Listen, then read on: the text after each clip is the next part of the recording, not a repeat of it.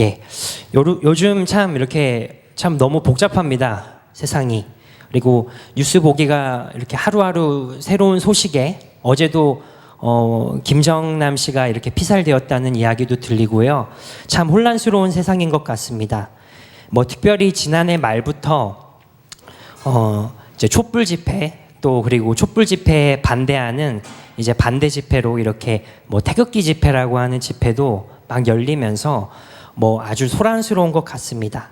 그런데 이제 어느 때부터인지 모르겠지만 태극기라는 것의 의미가 조금 달라진 것 같다는 생각이 많이 들었습니다. 예전에는 태극기라고 하면 애국의 상징이고, 예, 물론 그렇지만 어느 날부터 이제 태극기라고 어떤 분이 태극기를 들고 있다면 저분은 혹시 정치적인 보수단체에 속한 분인가? 이런 생각이 많이 들기도 하기 때문입니다. 그래서 제가 태극기의 그런 왜 보수단체는 태극기를 들었을까 좀 궁금해서 구글에 조금 쳐봤습니다. 예, 그랬더니 어떤 서울신문에 작년 12월 24일에 왜 보수단체는 태극기를 들었는가라는 기사 제목으로 이런 한국일보에서 기사를 냈더라고요. 그 기사 중에 어떤 분이 이제 김모 씨라고 하는 77살 되시는 어르신 분의 인터뷰 내용이었습니다. 함께 제가 잠깐 읽어드리겠습니다. 우리나라를 지켜야 한다. 우리가 역사다. 젊은 세대는 6.25 전쟁을 겪어보지 않아서 모르는데 촛불이 우리나라를 북한에 갖다 바치려 하고 있다. 젊은이들이 어른들의 말을 귀담아 듣길 바란다. 예, 그 대통령 탄핵 기각을 위한 국민 총궐기 운동본부, 예, 이름도 아주 깁니다. 예, 탄기국인가 이렇게 부르는 것 같은데요. 여기서 이렇게 한 시민이 인터뷰했던 내용입니다. 제가 여기서 이렇게 조금 눈에 띄기 위해서 주황색 글씨로 조금 한 부분만 이렇게 색깔을 한번 바꿔서 이야기를 해보았는데요. 이 부분입니다. 우리나라를 지켜야 한다. 우리가 역사다. 또 젊은이들이 어른들의 말을 귀담아 듣길 바란다. 예, 제가 지금 이야기하고 싶은 것은 이 태극기 집회에 참석한 시민분의 이 사상이 옳고 아니면 혹은 그르고 이런 것을 이야기하고 싶다기보다는 이분이 가지고 있는 생각의 가장 근저에는 이런 것이 있지 않을까라는 생각 때문에 준비를 해보았습니다. 그것은 바로 이분의 역사적 정체성이라는 것입니다. 이분은 태극기를 들면서 본인의 정체성을 찾고 또 6.25 전쟁과 뭐 이런 이념적인 것으로부터 우리나라를 지키기 위해서 태극기를 든다는 이야기였습니다. 이 역사적 정체성 이야기를 하다 보니 당연히 우리나라의 건국이념인 홍익인간이라는 게 생각났습니다. 잘 아시겠지만 잠깐 제가 읽어드리겠습니다. 홍익인간이란 널리 인간을 이롭게 함이라는 뜻을 가지고 있고 또 단군의 건국이념으로서 우리나라 정치 교육 문화의 최고 이념이다. 또 삼국유사 고조선 건국 신화에 나온다. 이렇게 사전에도 등재가 되어 있었습니다. 이 건국이념이라는 홍익인간에 대해서 이뿐만이 아니라 사전뿐만이 아니라 우리나라의 헌법에도 헌법 전문에 이런 이야기들이 있었다고 합니다. 유구한 역사와 전통에 빛나는 우리 대한민국은 3.1운동으로 건립된 대한민국 임시정부의 법통과 불의에 항거한 4.19 민주 이념을 계승하고 그 다음에 계속 무엇을 하여 안으로는 국민 생활의 균등한 향상을 가하고 밖으로는 항구적인 세계 평화와 인류 공영에 이바지함으로써 이런 식으로 이렇게 헌법 전문에 나와 있더라고요. 그런데 이제 헌법 학자들의 해석이 이런 것이었습니다. 헌법 전문이 우리나라 국가 정체성을 나타내고 국가 이념을 가장 잘 소개하는 것이다. 그러면서 이 헌법 전문에 있었던 항구적인 세계 평화와 인류 공용에 이바지함으로써 이 부분이 바로 홍익인간의 그런 것들을 잘 헌법이 담아내고 있다라고 이야기하고 있더라고요. 그래서 제가 또 단군 신화를 당연히 생각을 해보았습니다. 물론 잘 아시겠지만 또 한번 설명을 해드리면 환인이라고 하는 어떤 신이 있었습니다. 그런데 환인에게는 둘째 아들 환웅이라는 아들이 있었다고 합니다. 이 환웅이 천하에 대한 뜻을 품고 인간 세상을 탐내어 찾았다고 이제 삼국유사에 나와 있습니다. 그리고 이제 아버지가 그 서자인 환웅의 뜻을 알고 삼위태백을 굽어보니 인간을 널리 유익하게 할 수 있었다. 이러면서 이제 삼위태백을 홍익인간, 인간을 이롭게 하기에 가장 적합하고 적절한 장소로 이렇게 선택해서 아들 환웅을 이렇게 인간 세계로 보내어서 다스리게 했다고 이렇게 나와 있었습니다. 자, 제가 여기서 이야기하고 싶은 것은 이것입니다. 우리나라의 처음에 단군 신화, 어떻게 보면 별것 아닌 고조선 아주 구닥다리 신화일 수도 있는데요. 이 삼국유사에 실린 허구적인 이야기들이 어떻게 우리나라 지금 대한민국의 헌법 전문에까지도 영향을 미치고 있으며, 그것이 아까 제가 처음에 말씀드렸던 어떤 한 시민이 가지고 있었던 역사적 정체성에까지도 영향을 미치고 있나, 이런 이야기를 함께 나누어 보고 싶어서 잠깐 이 이야기를 준비해 보았습니다. 그런데 이 단군 이야기를 들으면서, 단군 신화 이야기를 들으면서 한국 사람들이 생각하는 것은 이것입니다. 아, 우리 한국인은 누구인가? 우리 한국인은 어떤 존재여야 하는가? 이런 생각을 한다는 것입니다. 하지만 잘못 생각해서 어떤 사람이 단군 신화를 보면서 뭐 삼위태백은 어디이고 뭐 장백산에 있다고도 하고 뭐 중국에 있다고도 막 여러 가지 설이 있는데요. 뭐 물론 이것이 중요합니다만은 어떤 사람은 이것이 역사적 사실인가, 역사적 허구인가, 뭐 이런 것에 집중하는 사람은 많이 없을 것 같아요. 그런데 잘못해서 우리가 그것을 역사적 사실이냐, 역사적 허구냐, 뭐 이런 것에 관심을 기울이다가 이 단군 신화가 이야기하고 있는 것들, 홍익인간이 이야기하고 있는 것들, 어떻게 사람 사는 세상이 좋고 이롭고 다른 사람을 덕스럽게 하는데 유익할 수 있을까? 이런 근본 이념에서 점점 멀어지는 일들이 종종 있는 것 같습니다. 성경에서도 그렇습니다. 우리 그리스도인들의 정체성을 어디서 찾을 수 있을까요? 바로 성경입니다. 하나님의 말씀인 성경에서 우리들의 정체성을 찾을 수 있습니다. 아까 한국인들은 단군 신화에서, 홍익인간에서, 헌법에서 우리의 정체성을 찾을 수 있지만 그리스도인들만큼은 헌법이 아니라, 단군 신화가 아니라 바로 성경에서 우리의 정체성을 찾을 수 있어야 한다는 것입니다. 감히 제가 단군 신화와 함께 이야기하기가 너무나도 죄송스럽고 하나님께 너무나도 죄스럽고 또 하나님께 너무 무례하게 느껴진다 할지라도 잠깐 이 필요성에 대해서 이야기를 하는 것이 저는 의미가 있을 것 같다는 생각에 이렇게 준비를 해보았습니다. 자, 오늘 본문인 창세기 1장 1절에서 3절 말씀입니다. 이 창세기 1장 1절에서 3절을 읽으면서 여러분들은 어떤 생각을 하고 계시는지 모르겠습니다. 저는 개인적으로 이 창세기 1장 1절에서 3절을 읽으면서 하나님께서 온 우주를 창조하셨다라는 대선언 같은 이 1절 말씀에 참 마음에 감동이 되고 하나님의 웅장하심이 느껴지기도 많이 합니다. 그리고 하나님이 얼마나 크신 분이고 하나님이 얼마나 놀라우신 분인가, 이런 것을 잠깐씩 묵상하고는 합니다. 그런데 오늘날 이성과 과학의 발달로 이 창세기 1장 1절에서 3절, 그뿐만이 아니라 창세기 1장 2장을 읽으면서 이것을 역사적 사실인가, 아니면 역사적 허구인가, 이런 것에 집중할 때가 마찬가지로 있다는 것입니다.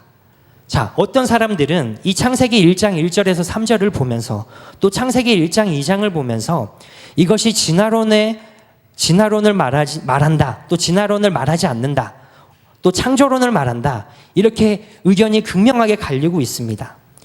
이런 유사한 이렇게 논쟁으로 오늘날 지구의 역사가 6,000년, 젊은 지구론을 이야기하는 분들도 있고 좀 오래된 지구론을 이야기하는 사람들도 있습니다.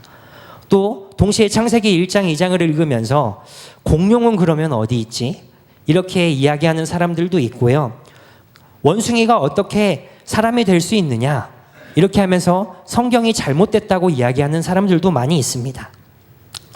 교회는 하나님의 말씀을 변증할 책임이 물론 있습니다. 하지만 그런 이야기에 너무나도 매몰된 나머지 우리가 성경에서 말하고 있는, 우리가 정체성을 찾아야 하는 창세기 1장 본문에서 다른 곁다리를 짚고 있는 것은 아닌지 한번 생각해 보아야 된다는 것입니다. 잠깐 이 이야기가 나와서 말씀드리는데, 창세기를 보면서 이제 창조과학 이야기를 하시는 분들이 있습니다. 저는 뭐 창조과학 하시는 분들의 뭐 이야기를 예전에 뭐 찾아보았고 지금은 이제 잘 보지는 못하고 있지만 그런 분들의 이야기를 들으면서 믿음의 진작이 되기도 한다라는 생각을 예전에는 했습니다. 그런데 어느 날 이제 성경을 계속 좀 보면서 또 공부를 하면서 느꼈던 것이 아니 그러면 과학이 증명하지 못한다면 성경을 과학이 하나님의 말씀을 증명해내지 못한다면 내 믿음은 어디에 있는가라는 것을 생각해 볼 때 과학적인 증거가 나와서 내 믿음이 좋아진다고 하면 오히려 그것은 믿음 없음의 증거가 아닌가 이런 생각을 하면서 그 뒤로는 이제 창조과학회 뭐 이런 것들을 조금 멀리했던 기억이 납니다. 뭐 창조과학이 잘못됐다 안 됐다 뭐 이런 것을 이야기하기보다는 우리가 조금 다른 관점으로 성경을 보는 것이 어떨까라는 생각에서였습니다. 자, 창세기 1장 1절에서 3절입니다. 제가 잠깐 설명을 해드리도록 하겠습니다. 제가 먼저 공동 번역으로 이 부분을 잠깐 바꿔서 했는데요. 여기 중간에 이제 하느님이라는 것도 나오는데 하면서 약간 오해는 하시지 마시고 그냥 하나님과 하느님이 같은 단어로 천주교 학자들이랑 뭐 에큐메니컬한 학자들이 같이 번역을 하다 보니까 이런 일들이 있었는데요. 뭐 다른 오해는 하지 않으셨으면 좋겠습니다. 제가 잠깐 읽어보도록 하겠습니다. 처음에 하나님께서 하늘과 땅을 지어내셨다. 땅은 아직 모양을 갖추지 않고 아무것도 생기지 않았는데 어둠이 깊은 물 위에 뒤덮여 있었고 그 물 위에 하나님의 기운이 휘둘고 있었다. 하나님께서 빛이 생겨라 하시자 빛이 생겨났다.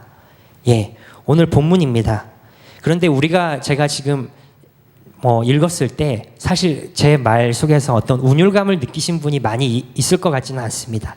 그런데 우리가 원래 가지고 있는 이제 히브리어 성경에는 이렇게 시작된다고 합니다. 베레시트 바라 엘로힘 에트 하샤마임 베에트 하아레츠. 그런데요, 제가 처음에 베레시트 바라라고 했습니다. 원래는 이 레시트라는 게 처음이라는 말입니다. 그리고 바라가 창조하다라는 말이라고 합니다.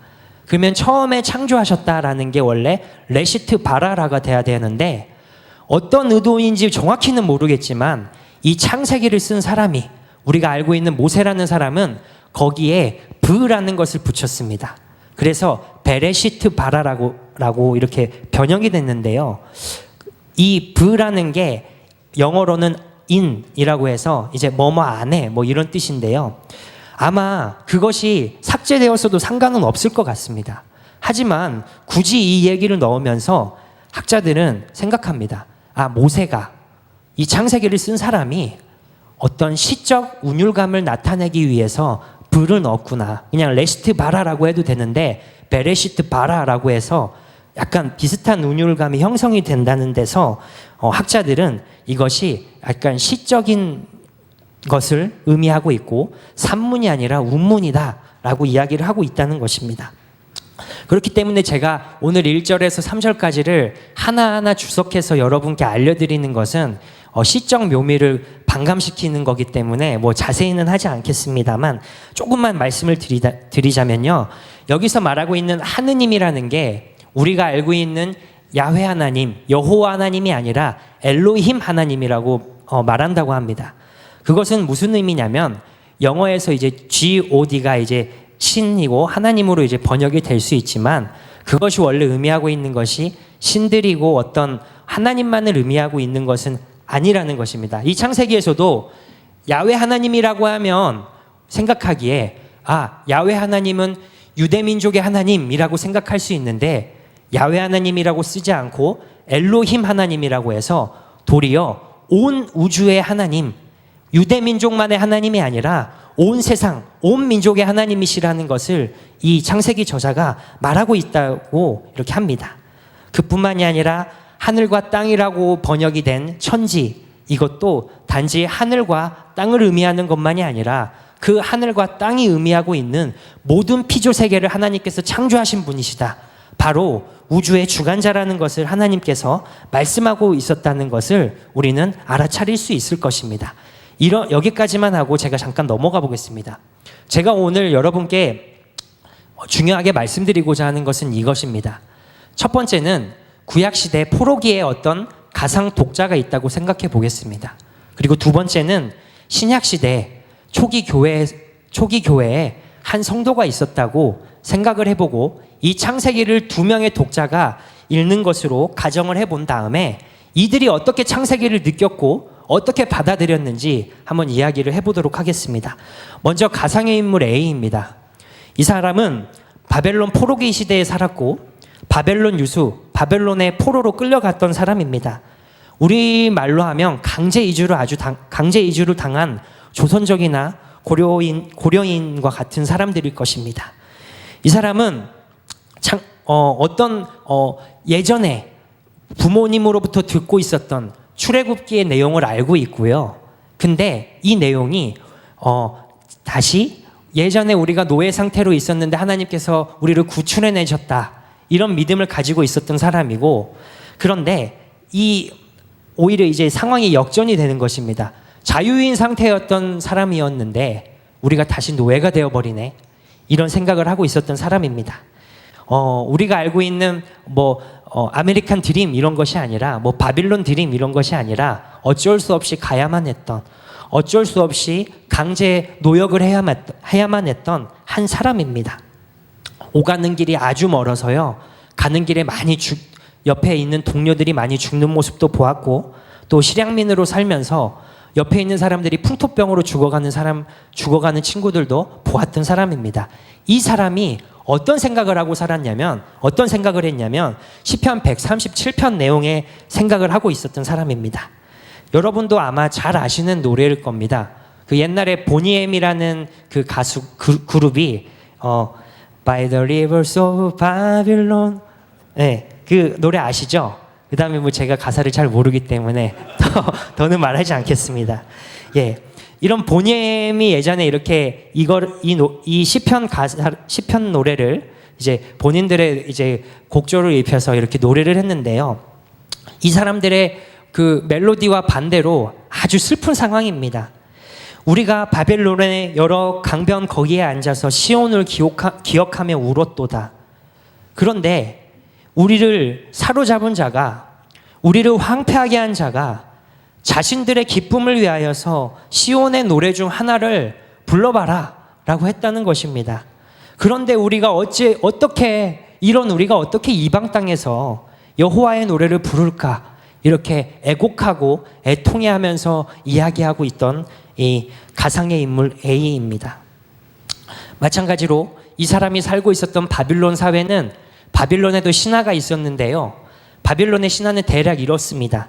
바빌론에도 창조 신화가 있었다고 하는데 마루둑이라는 신과 티아모트라는 신이 싸워서 티아모트가 죽습니다. 그리고 티아모트의 그 피로 이렇게 세상이 창조되었다고 하고요. 또 이제 티아못의 원수를 갚기 위해서 킹쿠라는 또 귀신이 있었는데, 이 킹쿠 귀신이 또 마루둑이랑 싸우다가 죽어서 이 킹쿠의 피와 진흙이 이렇게 엇이겨져서 사람이 창조되었다고 합니다. 아주 창세기랑 반대되는 이야기입니다.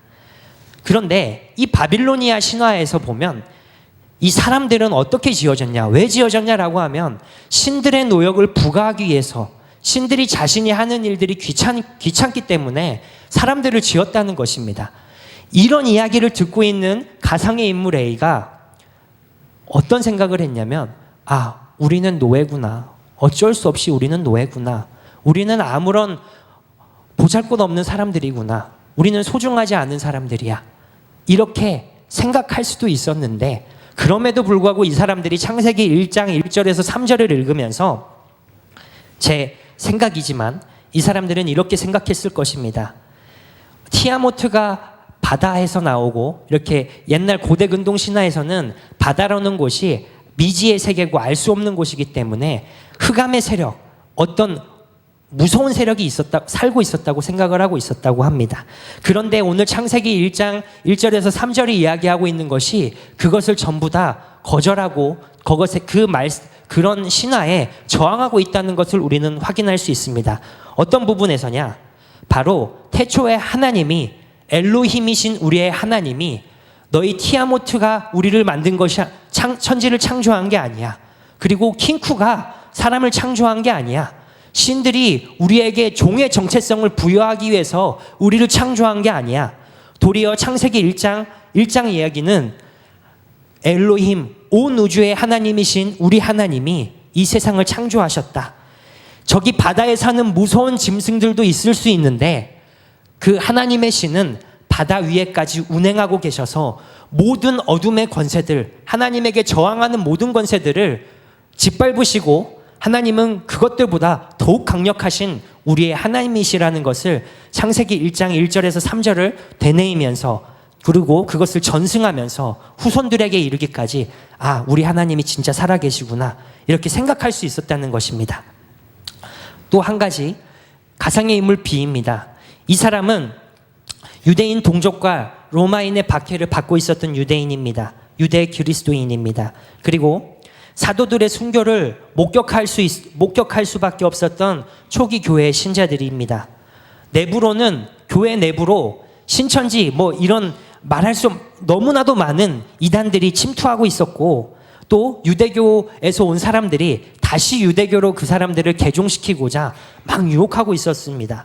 그뿐만이 아니라 헬라 시대이기 때문에 헬라 철학이 강렬하게 도전을 하면서 너희 그리스도교인은 이성적이지 않아, 절대 철학적이지 않아 라는 것을 이렇게 말하고 있었습니다. 이때 이 가상의 인물 B가 요한복음 1장을 한번 읽어보는 것으로 생각을 해보겠습니다. 함께 같이 여기 보이는 부분을 한번 1절, 3절, 5절인데요. 한번 읽어보겠습니다. 시작. 태초에 말씀이 계시니라. 이 말씀이 하나님과 계셨으니 이 말씀은 곧 하나님이시라. 만물이 그로 말미암아 지은 바 되었으니 지은 것이 하나도 그가 없이는 된 것이 없느니라. 빛이 어둠에 빛이 돼 어둠이 깨닫지 못하더라. 아멘. 그리스도인들을 유혹하는 이단 사상에 맞서서 사도 요한은 이런 요한복음을 쓰고 있었습니다. 그리고 예수님께서 정말로 육체를 입으시고 동시에 참 하나님이심을 요한복음 1장을 통해서 이렇게 이야기하고 있습니다. 그뿐만이 아니라 헬라 세계에서 이 헬라인들이 철학으로 막 장난을 치고 철학으로 이 사람들을 농락하기 때문에 로고스라는 단어를 써서 태초에 이 말씀이신 로고스가 계셨다라는 것을 헬라 세계에 또한 변증하고 있다는 것을 우리는 알 수 있습니다. 우리는 이 요한복음을 읽으면서 이렇게 생각할 수 있습니다. 이게 대단히 추상적이고 대단히 멋있는 말이기는 한데 어떤 의미가 있는지 우리에게 막 직접적으로 다가오진 않기 때문에 요한복음은 철학적이다. 요한복음은 추상적인 복음서다 라고 이야기할 수도 있을 것입니다. 하지만 오늘 제가 주황색으로 이렇게 표시를 한 부분을 보면요. 태초에 하나님이 만물을 지은 바 됐다. 빛과 어둠이 있었다. 아마 눈치가 빠르신 분은 잘 아실 겁니다. 바로 창세기 1장 1절에서 3절 내용입니다. 창세기 1장 1절에서 3절 내용을 요한은 그것을 변형해서 이렇게 당시 사람들에게, 당시 교인들에게 전하고 있었다는 것입니다. 창세기 1장의 하나님, 유대교의 하나님, 우리 유대민족의 하나님이 이제는 온 세상의 하나님이 되셨다라는 것을 요한복음 1장에서 이야기하고 있었다는 것입니다. 창세기 1장의 모티프를 가져와서 기독론적으로 이것을 해석하면서 많은 사람들에게 감동을 주고 전할 수 있었습니다. 책을 쓴 요한도 그리고 이 편지를 읽는 그리스도인들도 하나님의 주권을 기억하면서 창세기 1장을 동시에 기억했을 것입니다. 이제 우리에게로 잠깐 넘어오겠습니다.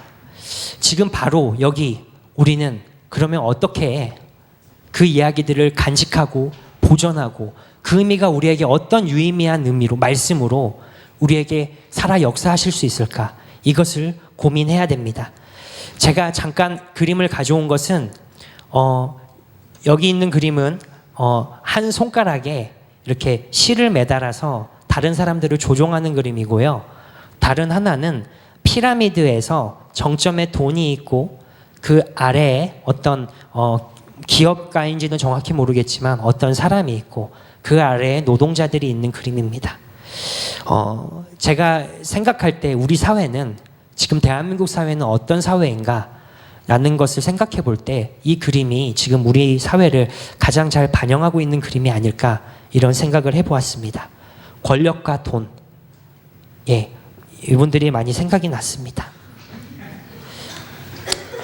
동시에 어떤 사람이 우리라고 물으니까 나라고 이렇게 외치는 사람들도 볼 수 있습니다.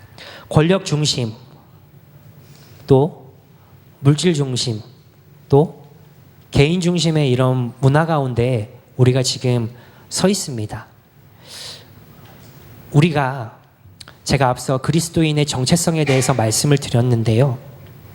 창세기 1장 1절에서 3절이 우리에게 어떤 의미가 있을까? 사실 이것이 지금 우리에게 주어진 가장 큰 숙제가 아닐까 생각해 봅니다. 사실 저도 말씀을 준비하면서 여러 가지 책들을 찾아보고 했지만 이것은 우리의 몫이지 어떤 학자가 명쾌한 답을 내려주진 않더라고요. 창세기 1장이 우리에게 어떤 의미가 있을까? 그리스도인들에게 어떤 의미가 있을까? 다만 제 생각을 잠깐 여러분과 함께 나누고자 합니다. 창세기 1장에서 이야기하고 있는 가장 큰 핵심적인 주제는 바로 하나님의 주권이라고 생각합니다.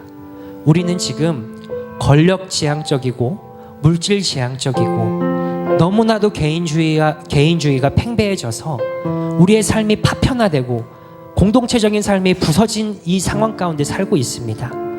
그런데 우리가 권력을 똑같이 따라간다면, 다른 사람들과 같이 권력을 따라가고 세상 사람들과 같이 돈을 따라가고 세상 사람들과 똑같이 개인주의화된 지나친 개인주의의 삶을 영위하고 살아간다면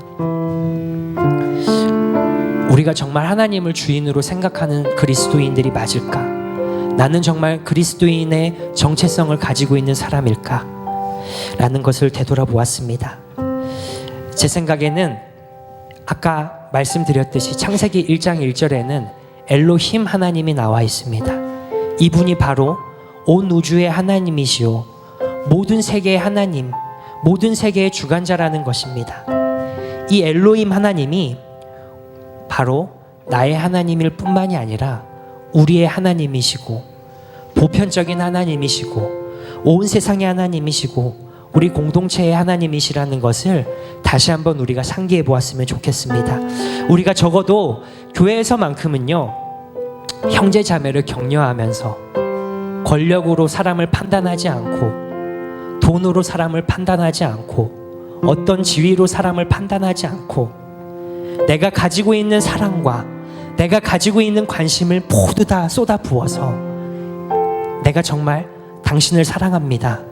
적어도 내가 세상에서만큼은 잘하지 못할지라도 적어도 내가 교회에서만큼은 당신을 정말로 사랑하겠습니다. 내가 당신을 위해서 내 목숨까지도 내어버리는 예수님 사랑, 하나님 사랑을 내가 실천하겠습니다. 이렇게 되돌아봐야 되지 않겠습니까? 교회는 살아계신 하나님, 이 하나님의 말씀, 창세기 1장의 내러티브, 이 창세기 1장의 서사를 날마다 반복하고 그것을 우리의 후손들 그리고 우리 옆에 있는 공동체 사람들에게 날마다 간증하고 그것을 나누어져야 할 책임이 있다고 생각합니다. 우리 후손들에게 만약에 우리가 전하지 않는다면 이 하나님이 우주의 주관자이시라는 것을 누가 알겠습니까? 우리 다음 세대들에게, 그리고 청년 세대들에게, 또 옆에 있는 동년배, 더 나이 많은 사람, 선배라고 할지라도 우리가 정말로 믿음의 간증을 하면서 내 이야기, 창세기의 이야기, 우리의 정체성을 확인할 수 있는 그 성경의 이야기를 날마다 독려하고 보여주고 실천하는 우리 교회 공동체가 되었으면 좋겠습니다. 우리는 하나님의 백성이기 때문입니다. 나만 하나님의 말씀을 잘 아는 것이 중요한 것이 아니라 우리는 하나님의 공동체된 백성으로서, 우리는 하나님의 공동체로서, 교회로서 우리가 교회 안에서 사랑의 부조를 실천하고 사랑의 관심을 실천하고 해야 된다는 것입니다. 우리 함께 잠깐 기도해 봅시다. 창세기 1장을 기억하면서 하나님, 지금 내게 이 하나님 성경 이야기의 말씀은 어떤 의미가 있습니까? 그리고 만약 이것이 죽은 교리가 되고 어떤 과학적인 것을 납득시키고 입증하려는 것으로 나에게 의미가 있었다면 내가 그것을 회개합니다. 하나님, 이 창세기의 말씀, 이 성경의 말씀이 지금 내 안에서 살아서 역사하고 계심을 고백합시다. 그리고 그 하나님의 말씀 가운데 우리가 연장선상에서 우리가 마찬가지로 하나님의 일하심 가운데 우리가 동역하고 동참하고 있다는 사실을 기억하면서 우리 함께 기도해 봅시다. 잠깐 다 같이 기도하겠습니다.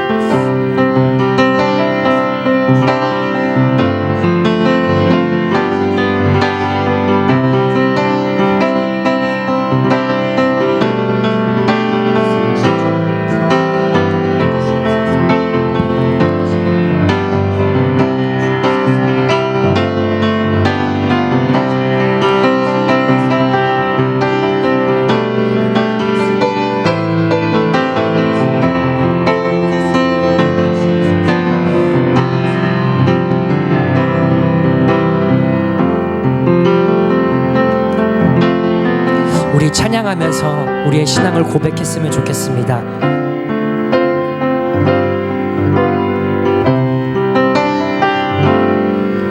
우리에겐 소원이 하나 있네. 주님 다시 오실 그날까지 우리 가슴에 새긴 주의 십자가 사랑, 나의 교회를 사랑케 하네. 주의 교회를 향한 우리 마음, 희생과 포기와 가난과 고난, 하물며 죽음조차 우릴 막을 수 없네. 우리 교회는 이 땅의 희망, 교회를 교회 되게, 예배를 예배 되게 우리 사용하소서. 진정한 풍의 날 오늘 임하도록 우리 사용하소서. 교회를 교회 되게, 교회를 교회 되게, 예배를 예배 되게 우리 사용하소서. 진정한 풍의 날 오늘 임하도록 우리 사용하소서. 성령 안에 예배하리라, 성령 안에 예배하리라. 자유의 마음으로 사랑으로 사역하리라. 교회는 생명이니